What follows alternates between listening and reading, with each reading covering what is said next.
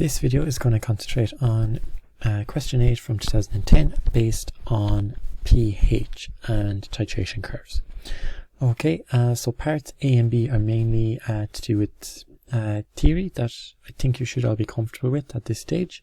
If not, just let me know and I'll be more than happy to go through it with anyone. Okay, so the answers there to A and B are to the right. And we're going to concentrate on part C for the most part. Okay, so calculate the pH of 0.1 molar solution of NaOH, 0.004 molar solution of methyl orange, if methyl orange has a Ka value of 3.5 by 10 to the minus 4. Okay, so for part 1,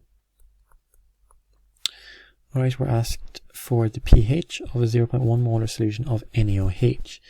NaOH is a strong acid. So for that reason, we can use the formula POH is equal to minus log to the base 10.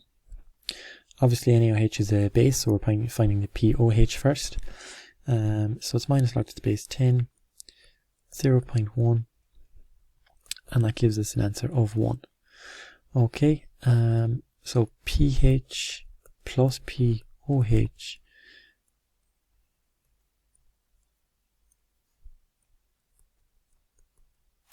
gives us our 14. That's where our pH scale comes from. Okay, so to find our pH, it's going to be 14 minus 1, and we have a pH of 13, which makes sense. If sodium hydroxide is a strong base, we're expecting quite a high pH. For part 2 then of that question, we're asked for 0.004 molar solution of methyl orange, and it gives it the dissociation constant there of it, and anytime you see that Ka value, or in the it may also be a Kb value. Okay, 9 times out of 10 though, to give a Ka value, you'll be talking about an acid.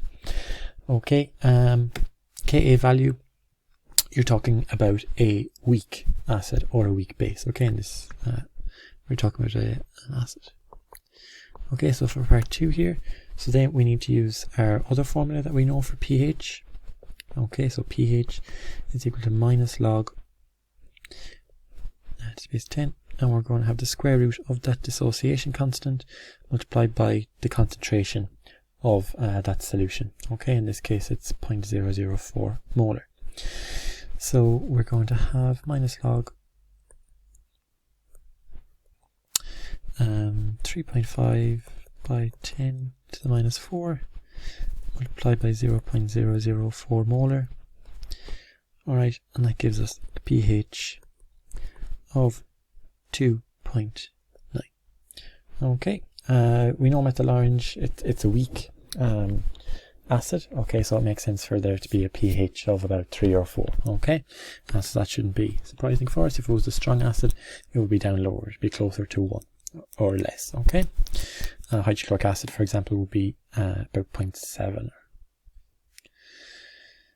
Okay, now the next part of the question, which might be a little bit more difficult, is draw a clearly labelled diagram of the pH curve you would expect to obtain when 50 centimeters cubed of 0.1 molar NaOH solution is added slowly to 25 centimeters cubed of a 0.1 molar HCl solution. Okay, and explain by referring to the curve why almost any acid-base indicator can be used in this titration.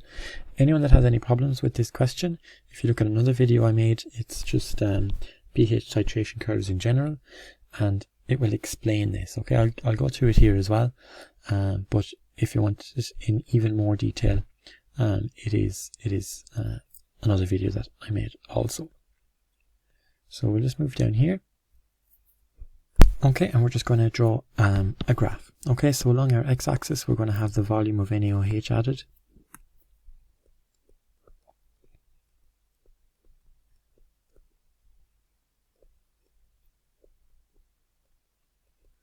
And along our y-axis we're just going to have pH. Okay, and fill in your values along those axes. Now at this stage I'm just going to have another little quick look at the question. So it says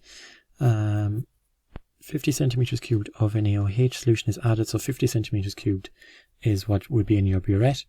And this solution is added slowly to 25 centimeters cubed of 0.1 molar HCl solution. Okay. Okay, so they both have the same concentration, both 0.1 molar. Alright, and you have 25 centimeters cubed of hydrochloric acid starting off. Hydrochloric acid, that's where your sensor is in the beaker with your hydrochloric acid. So you're going to start off with a pH of less than 7. HCl is a strong acid, so it's going to be down around number 1. Okay, so down around pH of 1 starting off.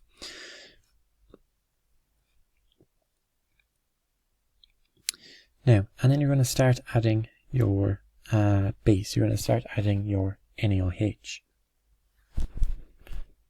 Now, and we're adding NaOH.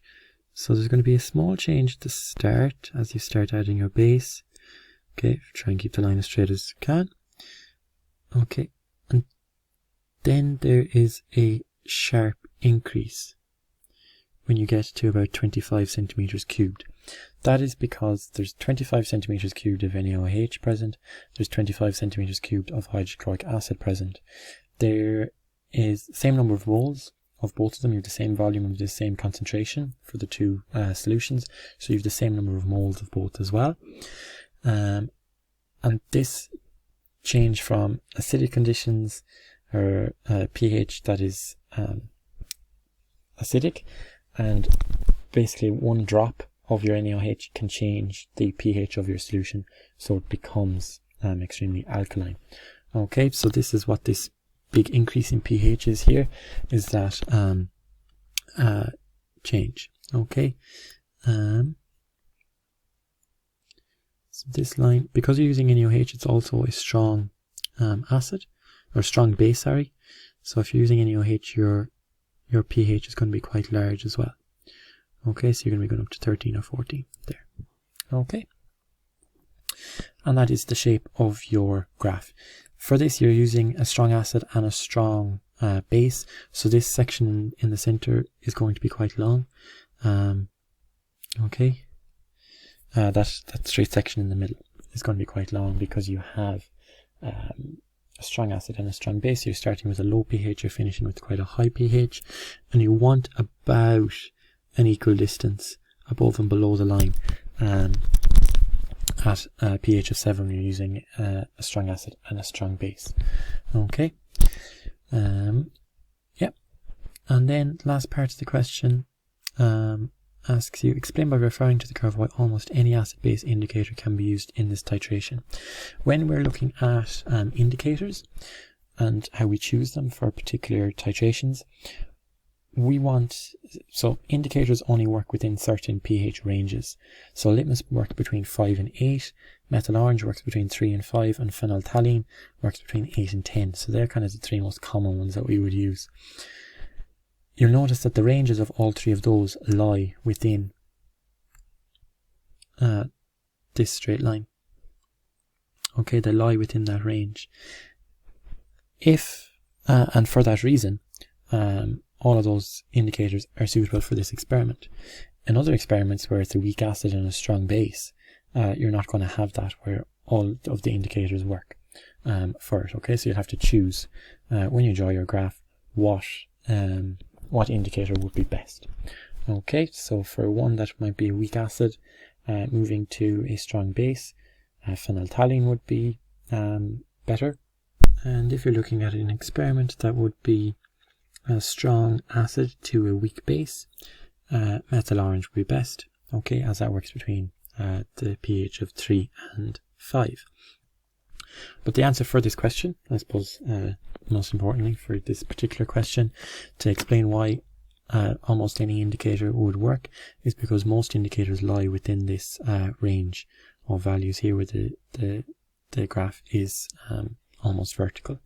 Okay, they all lie within the ranges of about 3 and 11.